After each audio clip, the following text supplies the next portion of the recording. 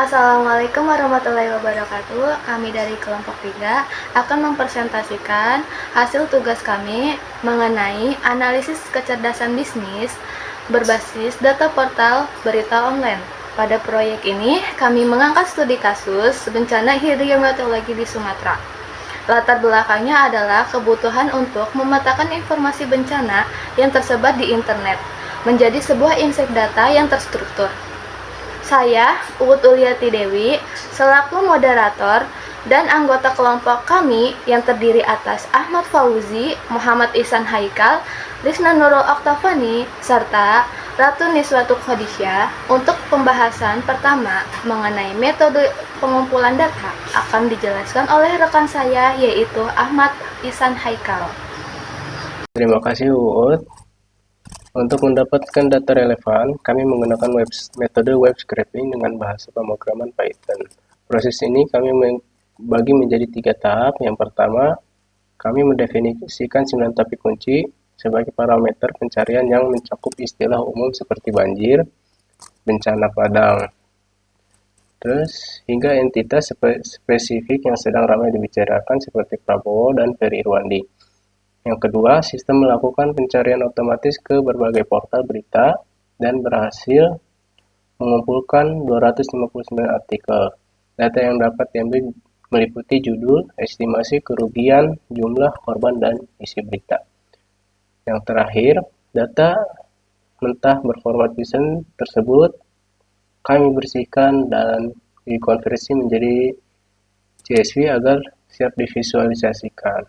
Hasil visualisasi data tersebut akan dijelaskan oleh rekan saya, Risna. Baik, selanjutnya kita masuk ke analisis visualisasi data. Pertama, grafik distribusi topik atau bar chart. Berdasarkan data yang terkumpul, terlihat bahwa topik bencana Padang dan banjir Sumatera memiliki volume pemberitaan tertinggi, masing-masing di atas 30 artikel. Selain itu, topik yang melibatkan tokoh publik seperti Prabowo dan Ferry Irwandi juga muncul cukup dominan dengan masing-masing topik memiliki lebih dari 15 hingga 30 artikel. Kedua, distribusi sumber data atau P-chart. Untuk validasi ini, kita bisa melihat P-chart berikut. Pemberitaan dominasi oleh media internasional BBC.com sebesar 14,2%, diikuti oleh media nasional seperti CNBC Indonesia sebesar 12,6%, dan Kompas.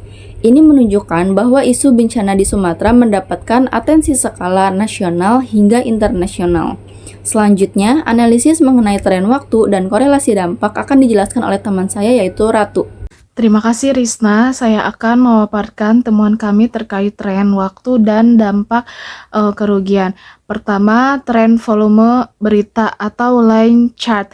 Jika kita melihat timeline dari tahun 2020 hingga 2024, volume berita cenderung stagnan, namun terjadi lonjakan signifikan atau spike pada akhir periode tahun 2025 menuju 2026. Ini mengindikasikan bahwa bencana yang terjadi merupakan peristiwa mendadak atau sudden onset, dengan dampak besar yang memicu respon media secara serentak. Yang kedua ada scatter plot kerugian versus korban jiwa. Grafik ini cukup menarik karena menunjukkan adanya anomali atau outlier. Pada sumbu X terdapat titik data dengan estimasi kerugian mencapai 1.000 triliun rupiah. Namun korban jiwa relatif minim. Sebaliknya pada sumbu Y terdapat kejadian dengan korban jiwa tinggi mencapai 2.000 orang, namun kerugian materinya tidak sebesar kejadian yang pertama.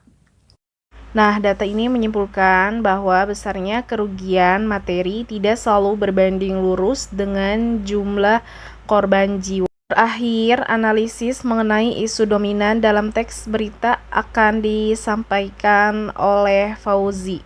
Baik, terima kasih Niswatu. Visualisasi terakhir adalah word cloud untuk melihat kata kunci yang paling sering muncul dalam narasi berita. Seperti yang terlihat di layar, kata dengan ukuran terbesar adalah pemerintah, Prabowo, bantuan, dan Ferry Irwandi. Dominasi kata-kata ini menunjukkan bahwa Angel Pemerintah Media sangat berfokus pada respon pemerintah pusat terhadap bencana serta aksi penyaluran bantuan dan penyelenggaraan dana. Oke, selain itu, munculnya kata hutan dan longsor juga mengindikasikan adanya pembahasan mengenai faktor lingkungan sebagai penyebab bencana tersebut. Oke, saya kembalikan kepada moderator. Baik, terima kasih. Sebagai kesimpulan, proyek analisis ini menunjukkan bahwa bencana Sumatera 2025 merupakan isu berskala besar yang mendapatkan sorotan global. Temuan data kami memperlihatkan bahwa narasi media saat ini berfokus pada dua hal, yaitu dampak kemanusiaan yang masif dan juga respon tokoh publik dalam penanganan bencana. Demikian presentasi dari kelompok 3, kurang lebihnya mohon maaf. Wassalamualaikum warahmatullahi wabarakatuh. Jangan lupa like, komen, dan subscribe.